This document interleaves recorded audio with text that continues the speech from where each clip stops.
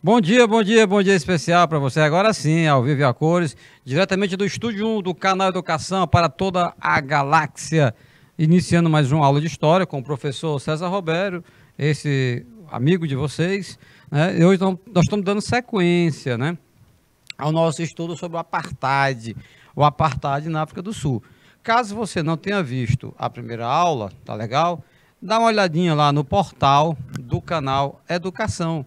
Lá estão disponibilizadas todas as aulas, de todas as disciplinas, de todas as séries, tá bom? Para que você entenda melhor como é que surge o apartheid, qual é o contexto, qual é a conjuntura. Na aula anterior, fazendo aqui uma breve recapitulação, nós falávamos sobre a institucionalização da segregação racial na África do Sul. Como que aquela minoria branca, né, ela estabeleceu uma forma de dominação, de exploração, de maltrato mesmo, em relação a uma imensa maioria de negros sul-africanos, na própria terra deles. E passa por uma série de leis, de tratados, de decretos, que nós vamos dar sequência, pegando aqui um link da aula anterior, tá? Porque, veja bem, aqui está falando assim, quando o trabalho desses comitês, que comitês eram esses, né, que ele está se referindo nesse slide?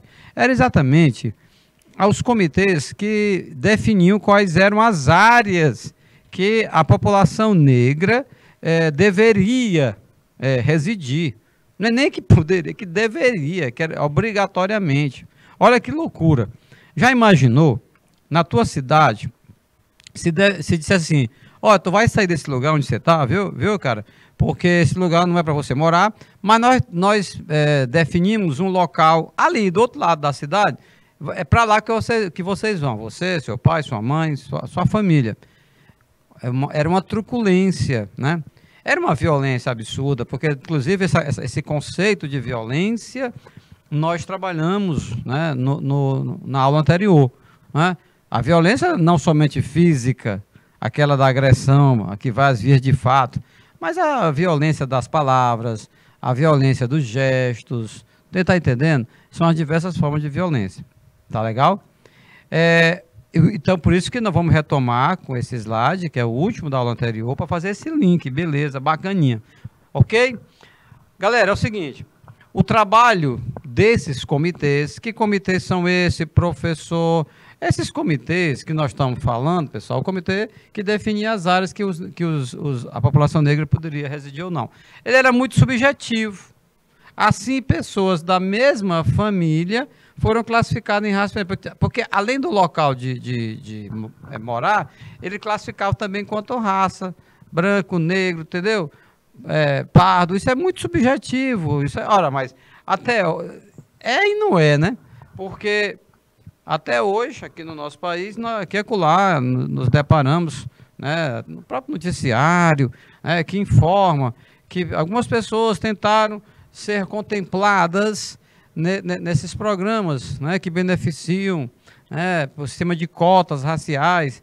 Aí o cara se autodeclara negro, né, ele quer obter uma vaga, né, por conta do sistema de cota. E aí, quando se vai fazer uma análise ali mais cuidadosa, se constata que o nosso amigo, nosso amiguinho ou amiguinha, não é assim, não se enquadra, entendeu? Assim, num conceito de negro, enfim, isso tem dado alguns probleminhas aqui no Brasil, tá bom?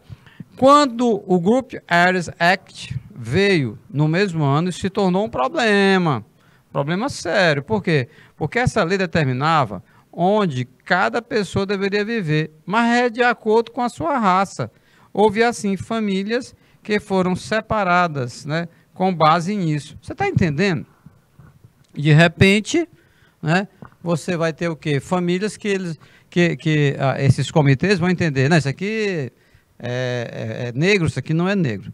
Então, se isso aqui é negro, isso aqui não é negro, mas sendo da mesma família, então vão ser obrigados a morarem em áreas diferentes, cara. Foi por isso que diz, por isso está colocado na sua tela, isso tem um problema sério. Problema sério, porque vários tipos de segregações a humanidade já vivenciou, todas elas absurdas, mas vamos lá. Ao tempo que eu estou falando com vocês, ministrando esta aula, eu me recordo, por exemplo, do Muro de Berlim. Saca aí o Muro de Berlim? Ele já foi ao chão já, em 89, né? 1989. Mas, no momento da Guerra Fria, né, o mundo bipolarizado, de um lado os Estados Unidos, do outro lado a ex-União Soviética, e eles resolveram fazer um muro cortando a cidade de Berlim. Berlim Ocidental, Berlim Oriental. Resultado, separaram famílias, cara. Separaram famílias, como também, aí voltando agora para a África do Sul, como famílias foram separadas na África do Sul, tá certo? Por conta disso, porque esses critérios são muito subjetivos. Olha essa imagem, né? Policiais na África do Sul, eles vão percorrendo os locais e vão cumprindo essas leis de retirar as pessoas que não são consideradas negras de áreas que era para negros, ou vice-versa, né? Aí olha que imagem, forte demais. É uma imagem até que remete para um ato de covardia. Você está vendo 3 militares literalmente arrastando, né? Uma pessoa, tá? Então, a violência, agora aqui já é violência mesmo física, né? Via de fato mesmo. Outras leis segregacionistas. Professor, peraí, explica isso aí. Leis segregacionistas. Não, são as leis do apartheid. São as leis que separavam as pessoas, que segregavam. Segregar é isso, né? É separar, uns dos outros. Elas foram anunciadas pelo governo do Partido Nacional. Compreende?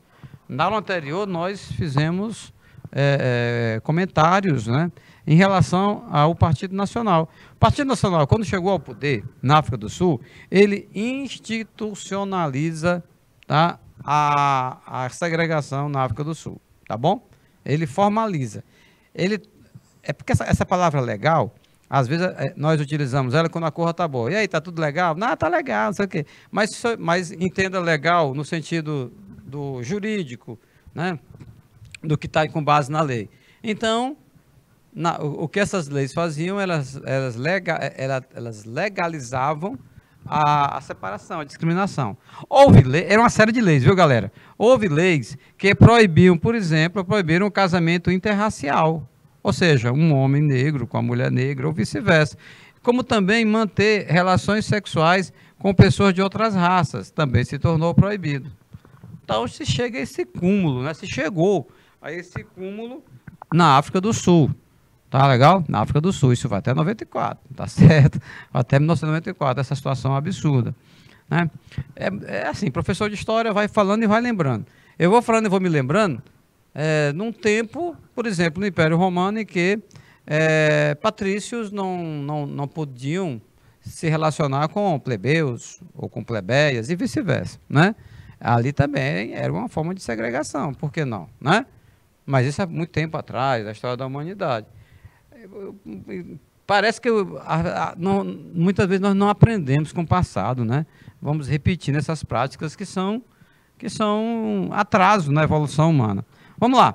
Áreas de lazer foram criadas para atender exclusivamente a população branca. Tu já pensou você ser um negro ou uma negra, ter o seu filhinho, sua filhinha, né? Mas ele não vai poder entrar naquele parque de diversões porque ele é exclusivo para crianças brancas. Olha que coisa. Como é que fica a cabeça de uma criança dessa?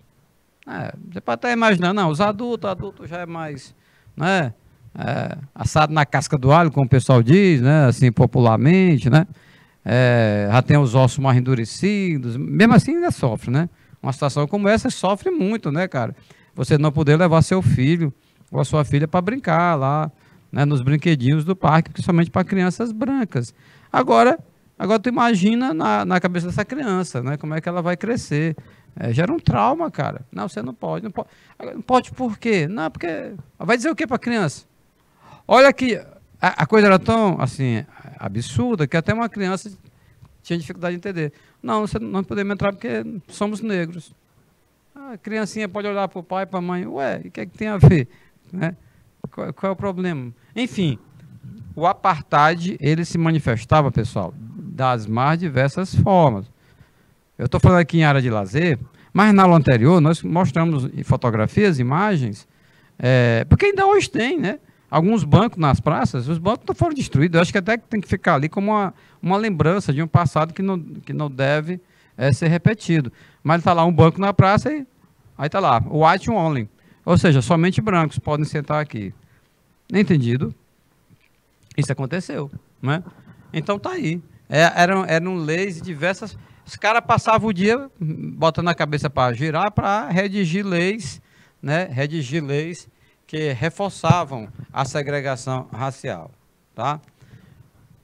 Outra cena violenta. O cara tá apontando a arma pro rapaz, né? Na bicicletinha dele, um operário, um trabalhador, três, né, armado, outro lá atrás também está armado, deve ter, dentro daquele jipe, deve ter outro tanto, mas o que é isso? É exatamente uma violência, né? É uma forma ostensiva, cara. Para que isso e por que isso? Se é para ele mostrar o documento dele, não precisa apontar a arma. Olha que é uma baioneta, tem uma lança na ponta, né? Isso aí já não precisa nem puxar o gatilho, essa baioneta por si só, ela já pode causar aí um estrago, né? Pode furar, pode ferir, por que não? Na aula anterior, nós comentamos a respeito de um documento que os negros na África do Sul tinham que usar, tinham que portar, né? Para apresentar uma situação como essa. Né? Mostra lá o documento, dizendo onde é que mora, onde é que trabalha, entendeu? Qual é a cor da pele, essa coisa toda, essa loucura toda aí. Vamos lá. Uma parte considerável da população negra foi obrigada a se estabelecer em locais conhecidos como bantustões. Esse bantustões, esse nome assim meio esquisitão para nós, né, brasileiros, mas eram os locais que as autoridades na África do Sul, né, eles eram obrigados a exigir. Opa, olha aqui nosso bate-papo, né, pelo YouTube, nosso querido Alencar Assênio, ele comenta: Nelson Mandela pagou um preço muito caro pela libertação dos escravos, professor. Alencar, é o seguinte, era uma condição análoga, né, semelhante à da escravidão, mas não era o que nós conhecemos, né, sobre escravidão, o que aconteceu, por exemplo, na Idade Moderna, né, os escravos que vieram para o Brasil. Não, na verdade, assim, eles não eram acorrentados, não eram mercadorias, não eram comprados, porque nós estamos aqui no século XX, né? O momento que nós estamos estudando. Então, não seria a libertação dos escravos. Mas ele paga um preço caro, sim, por defender os direitos dos negros, como ele também era um negro, né? O Nelson Mandela. Tá certo? Ok? Tá claro assim? Então, ele lutou contra poderosos e eles entenderam o seguinte: é melhor prender esse cara do que matar, porque se matar ele é pior. E é verdade. Do mesmo jeito que os ingleses fizeram com o Mahatma Gandhi. Vamos já chegar lá. Bom, vamos lá. Nesses locais, que locais, professor? Os bantustões, cara, acabei de falar, os bantustões. Todos os serviços, né, dedicados à população negra eram precários, sendo que a educação era extremamente limitante, porque tinha como propósito o quê? Qual era o objetivo? Qual era o objetivo das escolas nos bantustões? Era transformar negros em trabalhadores, braçais, para atender às necessidades dos negócios da população branca.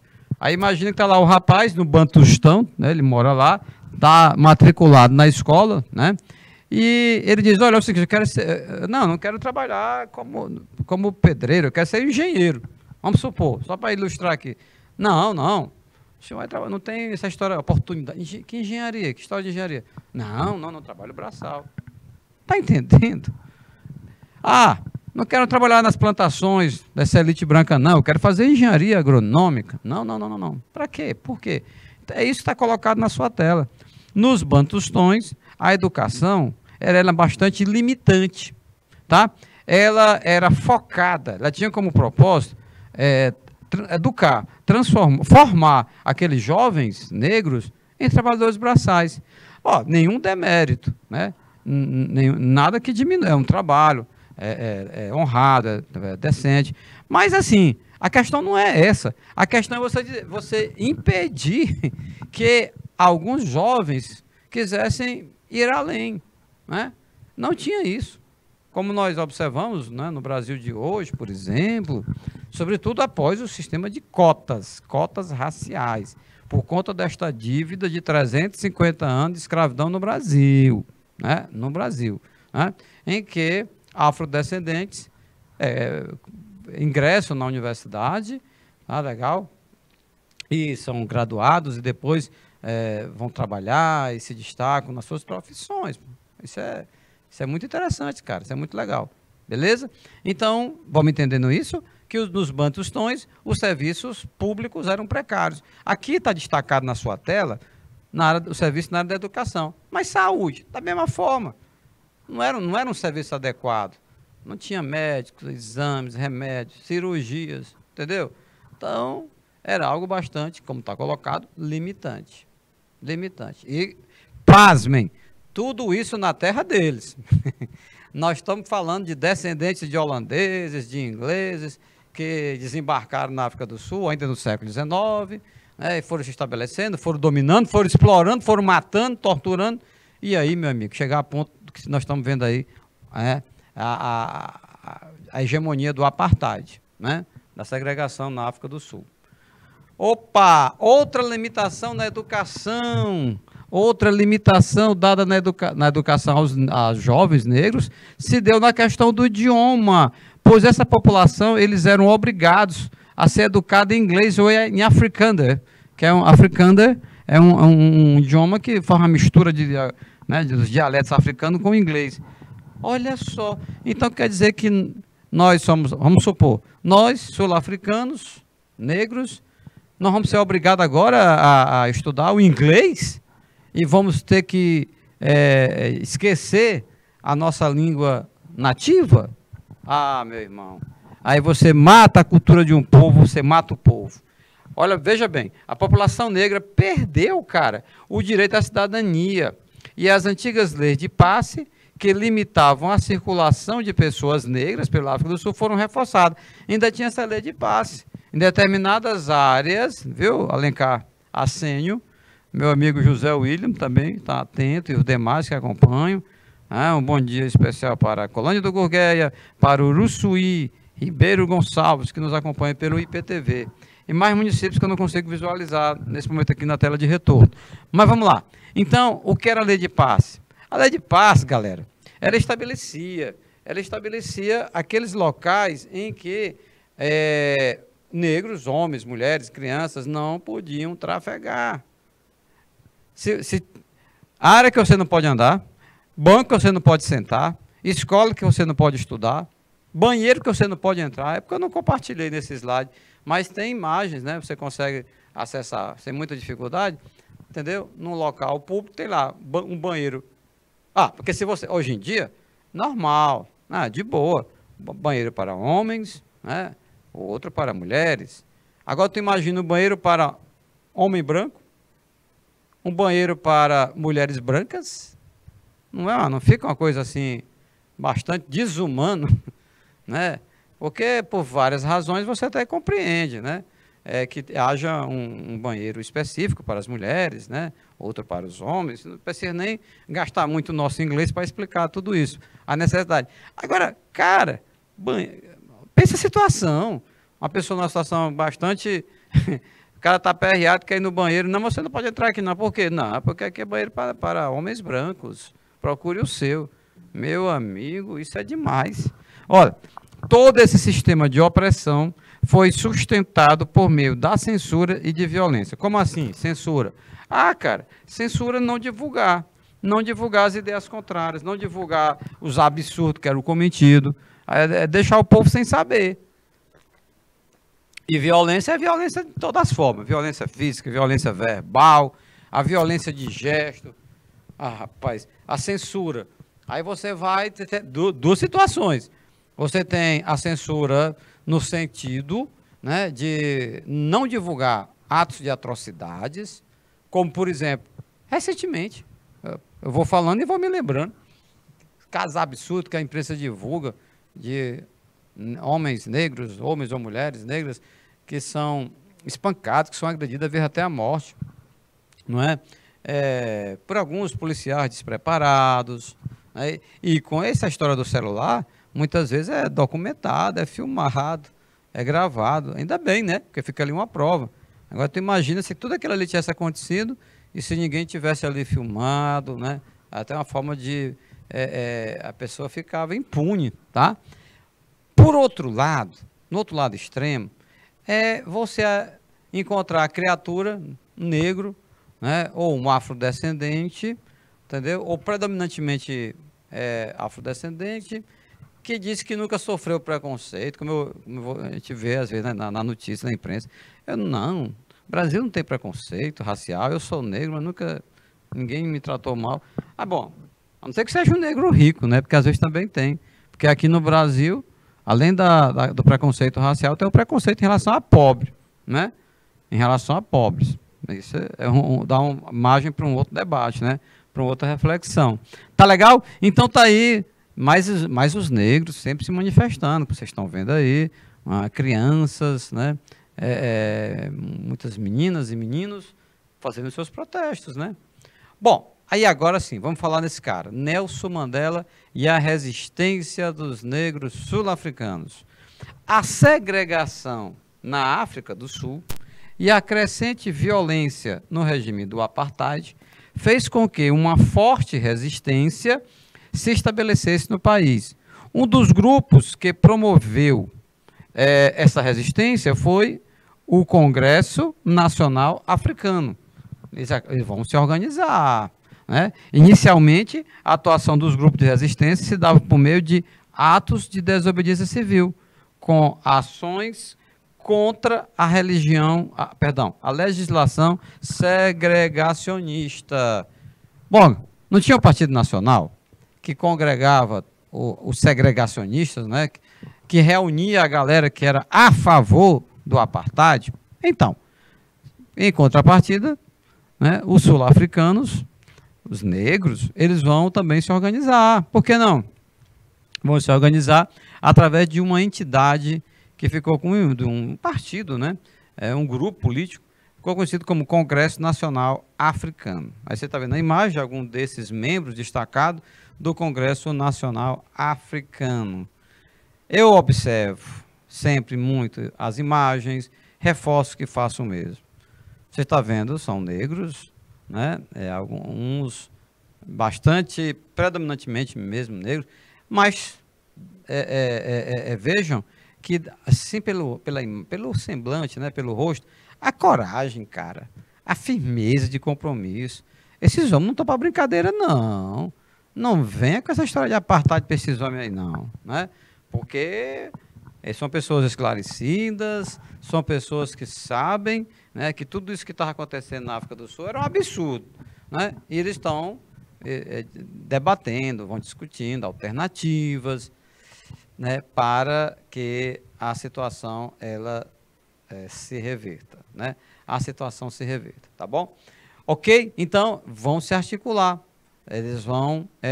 Na verdade, pessoal, o que vai acabar acontecendo é um empoderamento. Essa palavra até está sendo muito comentada, né, já há um certo tempo, em relação a mulheres, em relação aos negros, em relação a índios, em relação aos homossexuais. É o empoderamento, né? É ter a clareza, né, da importância desse segmento na sociedade, entendeu? É ter clareza em relação aos direitos, é ter convicções de demarcar um espaço e de exigir, sobretudo, de exigir respeito. Né? Exigir respeito. Tá? Combater esse tipo de piadinhas sem graça, né? Que você, no primeiro momento, fica ali rindo, sabe nem por que está rindo. Para pensar, olha o que tem em termos de valores que são agredidos, né, nessa, entre aspas, piada. Isso não é piada. Alguns falam assim, piada de mau gosto. Não, só piada respeitosa. Agora, piada para agredir, né, para desrespeitar a pessoa, nos poupe. Olha outras, agora que violência mesmo, cruel, né, brutal. Você está vendo uma força policial, né, fortemente armada, cacetete e tudo. Os protestos pacíficos realizados pela população negra eram violentamente reprimidos. Está vendo? Lá vinha um grupo de negros com as faixinhas, os cartazes, as faixas, integrando ali seus panfletos, tudo de boa, né? Todos desarmados, sem fazer mal a ninguém, assim, sem agredir. Lá vem a polícia, lá vem a repressão, né? Cacetete, arma de fogo, entendeu? Bala de borracha, para dispersar o povo, Então, poxa vida, os caras estavam ali, pacificamente, desarmado, né, fazendo protesto. Então, assim, a reação é de uma forma muito truculenta, né, galera? Forma muito brutal, desnecessário. Para que isso? Foi o que aconteceu. Olha a imagem. Um dos momentos mais tensos se deu em Sharperville, num bairro de Joanesburgo, no dia 21 de março de 1960. Um protesto pacífico, de boa, tranquilo. Foi reprimido violentamente pela polícia, cara. E nada mais, nada menos do que 69 pessoas foram mortas, covardemente. Eu tenho que dizer. Porque você bota aí, eu vou até botar, vamos porque não adianta, gente, para tratar essa matéria, para tratar assim de qualquer jeito, né? A gente, foram mortos, olha mais, você morre de diversas formas, você morre atropelado, né? Você morre de um AVC, parada cardíaca, mas essas aqui foram mortas covardemente. Elas estavam desarmadas, né? Elas não estavam lá para matar ninguém, tá? E elas foram mortas covardemente. É o adjetivo que nós temos que colocar. Né? Que para ser justo com esses 69 que morreram. Não é? Não estou pensando nos que mataram. Né? Alguém vai dizer, professor, mas cumpriram ordens. Mas eram ordens covardes. Eram ordens injustas. Né? Porque não havia necessidade disso. Né? Mandava dispersar, mandava para casa. Quer fazer alguma coisa? Pois prende, depois solta, como acontece muitas vezes. Mas matar? Porque se você prende, você solta. Agora, quando você mata, não tem mais volta, não. Não é? Meu irmão, minha irmã. A partir daí, o movimento de resistência contra o apartheid aderiu à resistência armada. Bom, aqui já é um outro problema. Que aconteceu no Brasil também. Né? Você lembra que na época da ditadura militar, a princípio, os protestos eles eram pacíficos, né, manifestações na rua, um cartazinho, uma faixazinha, entregando um panfletinho, mas, a partir do momento que a ditadura ela endureceu mais na repressão, na tortura e na morte, nós tivemos um movimento de guerrilha urbana e guerrilha rural. Ao final das contas, muitos jovens, que nunca tinham pego uma arma, né, coitado. E aí faz um treinamento rápido, vai se envolver com luta armada e muitas vezes acabavam falecendo. Um confronto com a polícia treinada, né, o exército treinado, né, para usar armas, para atirar e para matar. Mas é o que aconteceu, né, no apartheid. Né? Na proporção que o governo da minoria branca na África do Sul ataca, né, agride e mata essas pessoas, vai gerar um sentimento de revolta e de querer dar o troco. Aí, aquela coisa, galera, sem muitos arrodeios. Violência gera violência. É isso que você está vendo aí. E paz gera paz. Pronto. Como é que violência gera violência? Sem você botar sua cabeça muito para funcionar, nem precisa, né? Seu juízo, para você entender que, me acompanha aqui o raciocínio, essas 69 pessoas que foram mortas, ninguém sabe o nome delas, lógico, se a gente for lá na África do Sul, deve ter memorial, né, alguma placa com o nome de cada uma delas, mas para nós, aqui no Ocidente, aqui no Brasil, já basta saber que foram 69 pessoas, homens, mulheres, né, que foram covardemente mortas. Né? Nesse dia fatídico, né, dia sinistro, no dia 21 de março de 1960, tá bom? Vocês acham que esses 69 sul-africanos não tinham pai? Não. Que eles não tinham mãe? Que não tinha irmão, que não tinha filhos? Vocês acham que eles não tinham primos? Vocês acham que eles não tinham amigos? Mas é lógico que sim.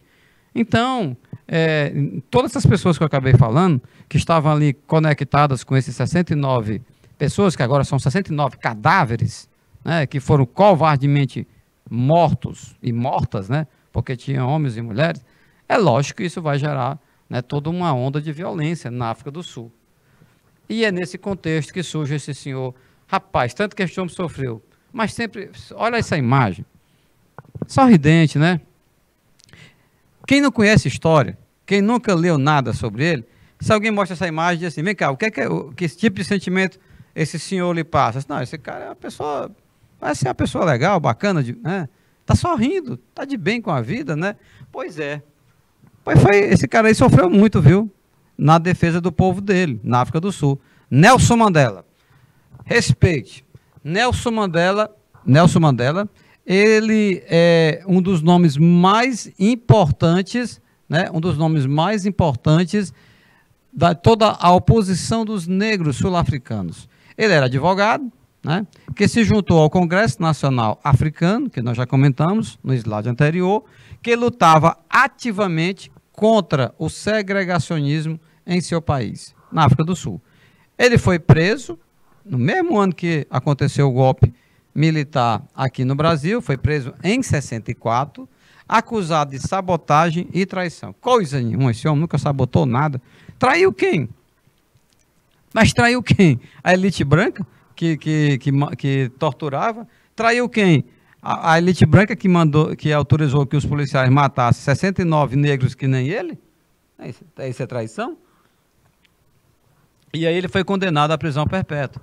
Os grupos de resistência, como o Congresso Nacional Africano, foram banidos por ordem do governo sul-africano. Tá?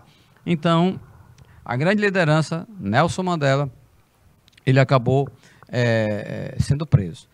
E o governo sul-africano entendia, que se já tinham matado aqueles 69, que nós vimos há pouco, se algo acontecesse com Mandela, aí piorava muito mais a situação.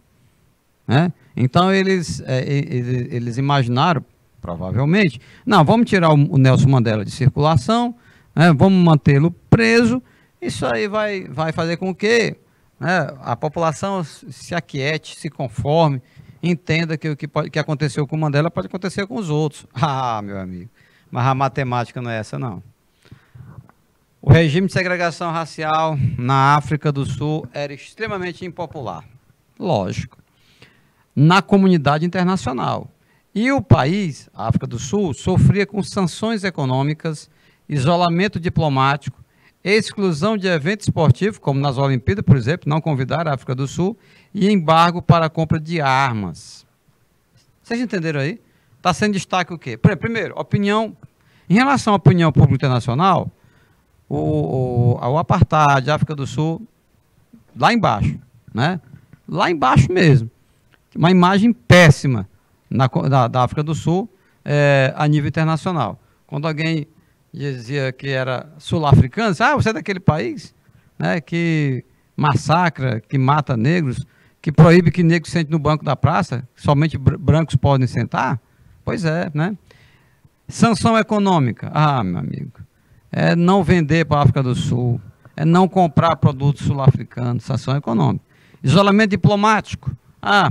É não convidar os diplomatas sul-africanos para os eventos, para né, as grandes reuniões que costumeiramente acontecem. Isolamento diplomático. Né? Não tem uma boa relação. As outras nações não mantinham, né, um bom entendimento com a África do Sul. Exclusão de eventos esportivos. Vai ter a Olimpíada no próximo ano. Os atletas sul-africanos vão participar? Vão não. Foram nem convidados. Era maneira digamos assim, pessoal, da comunidade internacional mostrar, né, para o governo sul-africano que eles não estavam apoiando aquilo ali, que estavam extrapolando e que deveriam mudar. Tá certo? A economia sul-africana se sustentava principalmente nos recursos minerais do país. O que ainda mantinha a África do Sul em pé, porque é um país muito rico, né, em termos de minérios. Tá legal? Então, isso acabava compensando essa história, a questão das sanções, né? Em 1989, Frederick Willem de Klerk assumiu a presidência, né, sul-africana. Né? Esse cara que está aí na foto, junto com o nosso amigo Nelson Mandela. E com poucos meses de governo, ele anunciou que iniciaria uma transição pacífica para o fim do regime de segregação racial. Olha que legal. Ele disse, rapaz, vai ser uma meta do nosso governo, né? Nós vamos começar agora, uma transição do apartheid para o fim do apartheid. Tá? Frederick de Klerk identificou o risco de que uma guerra civil começasse no país por conta das tensões entre a minoria privilegiada de brancos e a maioria oprimida dos negros. Bom, é essa uma interpretação. Aqui eles estão ganhando o prêmio Nobel, né, da Paz, aí, o tanto o de Klerk como o Nelson Mandela. Rapaz, curioso, interessante, né? O Mandela tá sorrindo, enquanto o Frederico de Klerk, né, o presidente da África do Sul, não está sorrindo muito não, né? Ele não está sorrindo de jeito nenhum, né? Enfim, mas de qualquer forma, existe inclusive até alguns questionamentos em relação à postura do de Klerk, né, que ele teria dado demonstrações de vacilos, né, nessa transição para o retorno da democracia na África do Sul. Enfim, de qualquer maneira, aconteceu, ele conduzindo, né, ele era o presidente da África do Sul, se foi pela vontade plena dele ou contra a vontade dele, total, mas essa transição aconteceu e o que é que a gente observa? Como está colocado no texto. Se nada fosse feito, uma guerra civil iria acontecer, né? Lógico, extrapolaram todos os limites, né? E aí, um governante como o senhor de Klerk, presidente da África do Sul naquela época, ele tinha responsabilidades. Então, assim, tipo assim, ó, havendo uma guerra civil, muitos morrerão, centenas, milhares. Então, eu, como presidente, dependendo de um ato meu, de uma assinatura, de uma lei, de um decreto, né, de uma condução desse processo, eu posso evitar milhares de mortos, né, milhares de mortes. E assim ele fez. Então, prevaleceu o bom senso.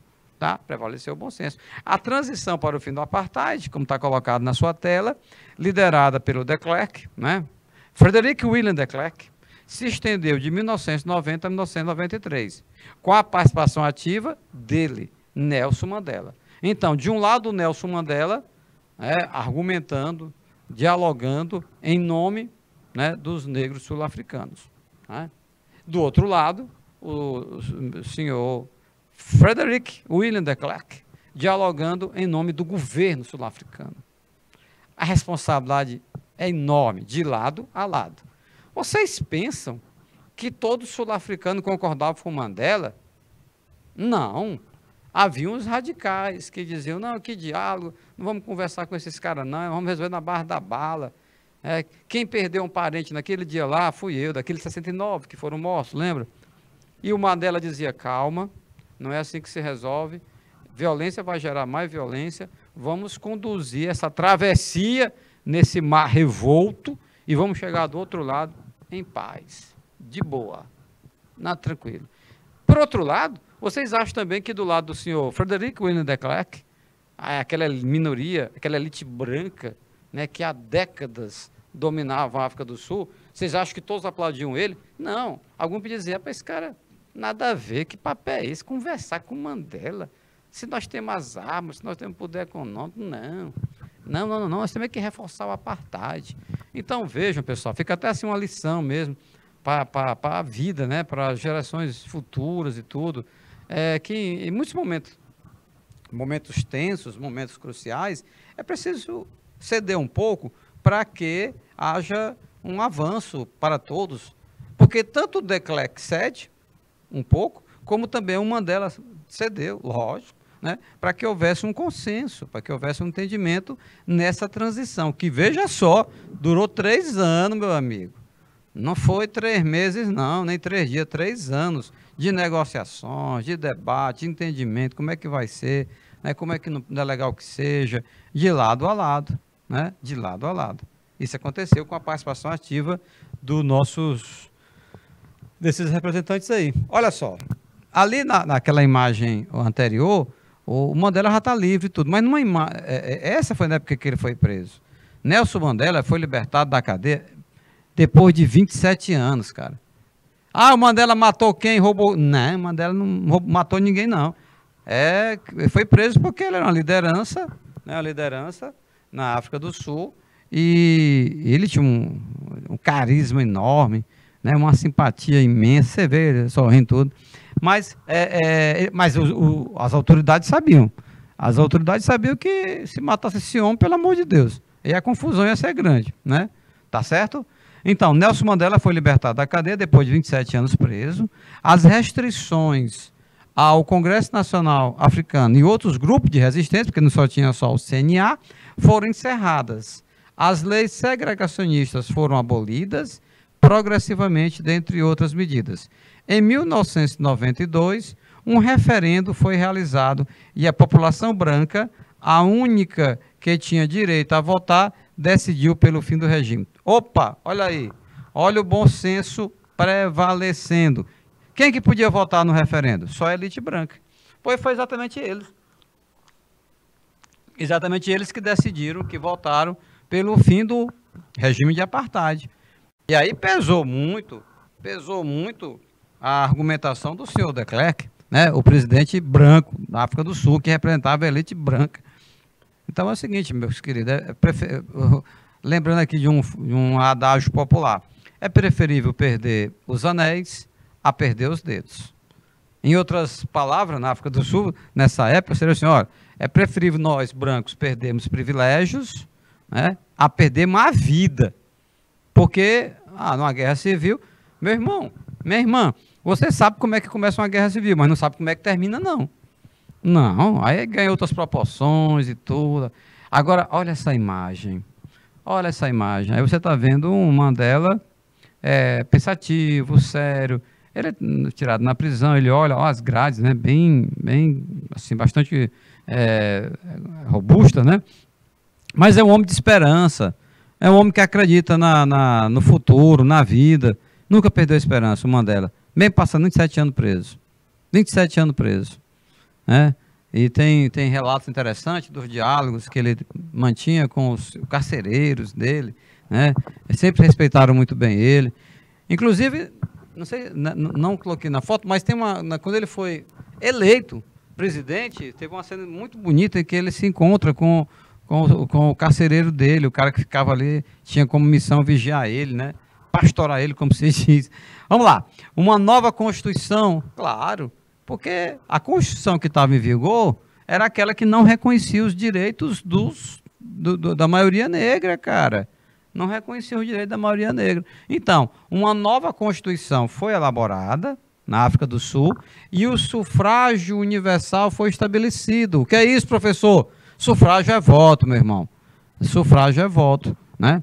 O voto universal. Porque vocês lembram que os negros, a maioria, pasmem, a maioria negra na África do Sul não tinha assegurado o direito ao voto. Então, o sufrágio universal foi estabelecido que deu direito de voto, né, à população negra. É um absurdo dos absurdos. Cara, eles eram a maioria nos países deles e não tinham direito a votar, rapaz. Né, de eleger representante. Mas que doideira é essa? Na aula anterior, eu fiz uma comparação grosseira, mas só para que você compreenda mais ou menos assim o que aconteceu na África do Sul. Imagine você está na sua casa, a sua casa tem 10, vamos botar aqui 5 pessoas, aí chega um cara, é minoria, né? 1 para 5, e diz o seguinte, olha, a partir de hoje, vocês ficam lá no fundo da casa, num cômodo que tem lá. Mas lá é pequenininho, apertadinho no cabo. Não, você vai ficar lá. E esse cara está armado. Ele tem que botar uma arma nele para representar a violência. E aí, é o seguinte, eles, mas vai ter eleições. Quando tiver alguma decisão, vai ter eleição. Mas aí vai ter eleição? De boa, então a gente vai ganhar. Assim, cada um, ele vai dizer, não, é só eu voto. Olha, tem rumo? Só eu voto. Foi o que aconteceu na África do Sul. A maioria negra, na terra deles, na África do Sul, não tinha assegurado o direito ao voto, cara. Somente a minoria branca, né, tinha direito a votar, tinha direito a ter representante. Isso aí não é legal, não é justo. Em 1994 foi realizada a primeira eleição presidencial, em que os eleitores de todos, não somente os brancos, todos os grupos raciais puderam votar. O resultado foi uma vitória expressiva de Nelson Mandela. A posse presidencial do Nelson Mandela foi realizada no dia 10 de maio de 1994 e que oficializou, pronto, acabou o apartheid na África do Sul. Olha essa imagem. Olha essa imagem. Aliás, eu vou até voltar. Vou voltar aqui com a imagem anterior para você fazer a comparação, né? Para você comparar o Nelson Mandela na prisão, pensativo, com esperança, com fé, né, que vai vencer, que vai mudar. E aí, esse Nelson Mandela vitorioso. Mas é um Nelson Mandela que vence sem derramamento de sangue, meu povo. Um Nelson Mandela que vence, que nem o Mahatma Gandhi venceu na Índia, né, o apóstolo da não violência, né?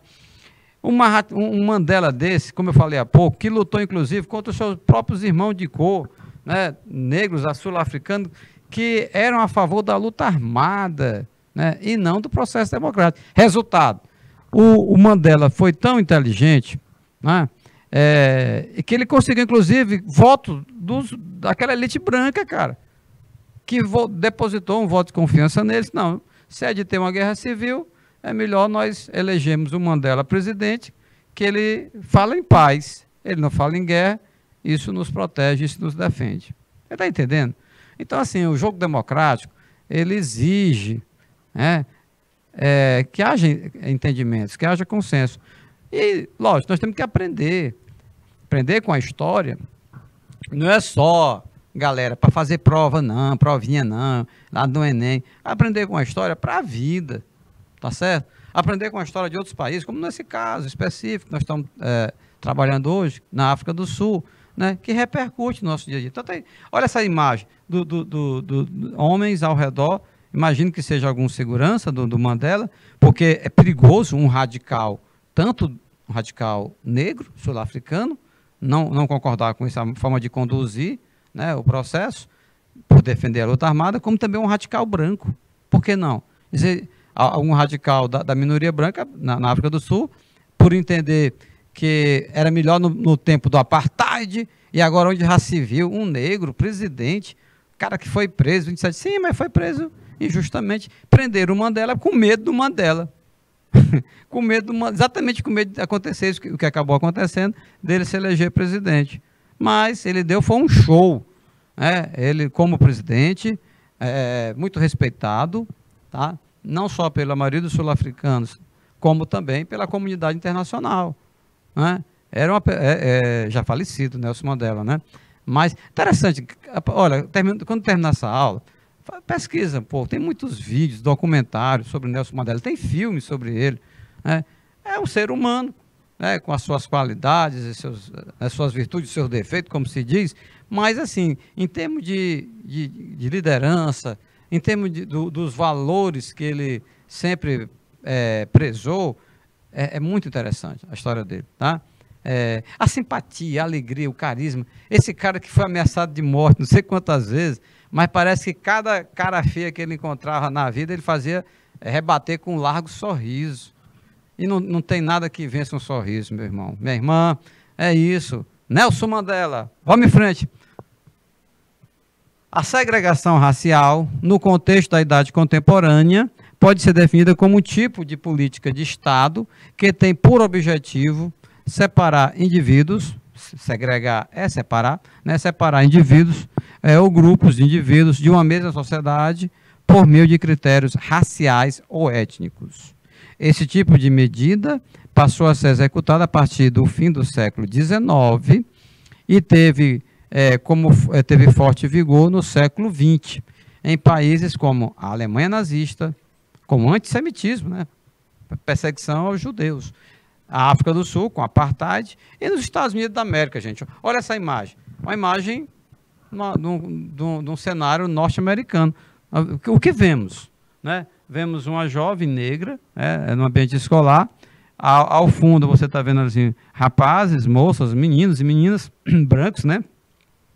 Um sorrindo, outro com os olhos, outro com um olhar irônico, né? Desrespeitoso em relação a essa jovem, né?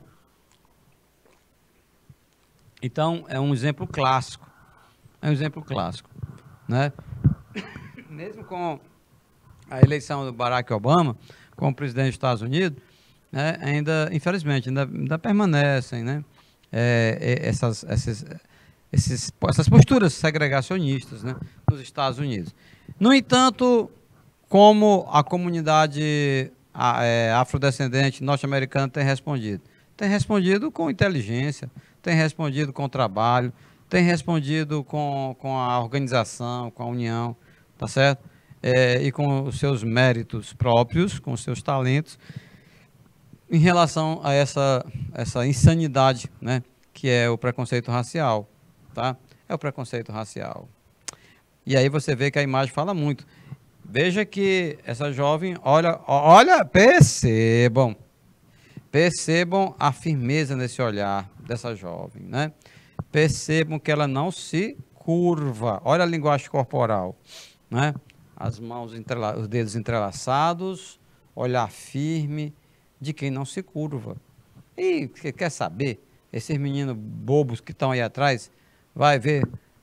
É bem provável que a nota dessa garota negra, né, seja uma nota bem melhor do que a dele, porque ela sabe que ela está sendo assim muito pressionada, né, nesse ambiente, e muitas delas se dedicavam a estudar mais e mais e mais, de tal maneira que dava um show nas avaliações, se destacavam, né, e é isso que é importante, tá bom?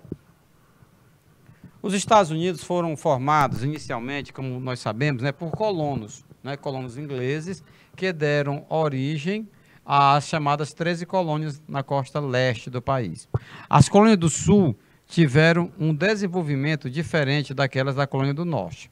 Enquanto no norte houve um modelo da pequena propriedade privada, do trabalho livre e assalariado e o desenvolvimento da indústria, já no sul prevaleceu o modelo da grande propriedade de terra e da monocultura. Nesse modelo, ao contrário do que vigorou no norte, assentou-se o uso do trabalho escravo africano. Ou seja, africano aonde? No sul, viu, galera? No sul. Tá bom? No sul. Então, assim, você comparar o mapa dos Estados Unidos de hoje com no início, no século XVIII, quando eram as 13 colônias, né, da Inglaterra, tinha uma diferença enorme, né? Tinha uma diferença enorme. Por quê? Porque ficava restrita aquela tirinha de terra banhada pelo Atlântico, né? É a chamada, como está falando, a costa leste. Com a expansão em direção ao oeste é que os Estados Unidos adquirem o contorno que tem hoje. Mas assim, desde as suas origens, o que você observa? As colônias do norte, como está colocado na sua tela. Quais eram as características? Minifúndio, ou seja, pequena propriedade, trabalho livre e assalariado, e indústria. Já no sul, latifúndio, né?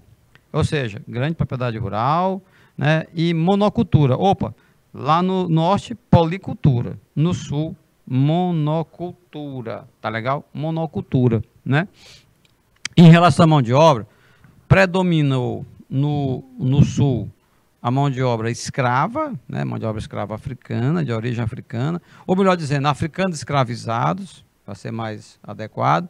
Enquanto isso, aí você pergunta, professor, quer dizer que nas colônias do norte não tinha africano escravizado? Não, tinha sim, claro, mas não dependia tão somente deles. Havia também, com uma certa importância, a mão de obra livre assalariada, por entender que ao pagar salários, né, o trabalhador se motivava mais, se interessava mais, muitas vezes nem por essa questão humanitária não, viu? Era pela questão mesmo da produção, questão prática, né? No sentido de pagar salário, o cara, mesmo que seja um salário pequeno, vai haver uma motivação, né? Vai haver uma motivação, entendeu? Então, isso tudo era uma característica desse período, né? Você está vendo na imagem? Porque tivemos inclusive uma guerra, né? A Guerra da Secessão, que foi por conta dessa questão de que enquanto havia uma percepção, em parte dos Estados Unidos, sobretudo das colônias do norte, de que para os Estados Unidos se desenvolver, era preciso acabar com a escravidão, que a escravidão seria um obstáculo, um atraso, né, ao desenvolvimento, ao progresso, né, norte-americano. Enquanto isso, os norte-americanos do sul pensavam de outra forma, né? Estavam ali muito intransigentes em relação à manutenção da mão de obra escrava africana. Portanto, eram duas visões, né, em termos de progresso, em termos de mão de obra, entre aqueles que defendiam a manutenção da mão de obra escrava e os que defendiam o fim da escravidão, o estabelecimento do trabalho livre, assalariado, tá bom? E aí, morreram muitos nessa guerra civil, uma guerra civil que envolveu o norte e o sul dos Estados Unidos, que ainda hoje deixou sequelas, né?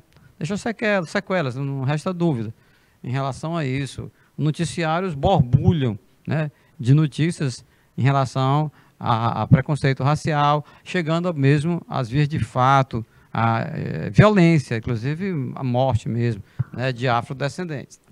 Ok? Então nós entramos no século XXI, encerramos com o apartheid, como você viu, tem fim com com Nelson Mandela, presidente, e ele acabou conduzindo o seu país ao retorno da convivência respeitosa entre brancos e negros. Não querendo dizer que isso se encerra totalmente, porque na história não é assim, no estalar de dedos.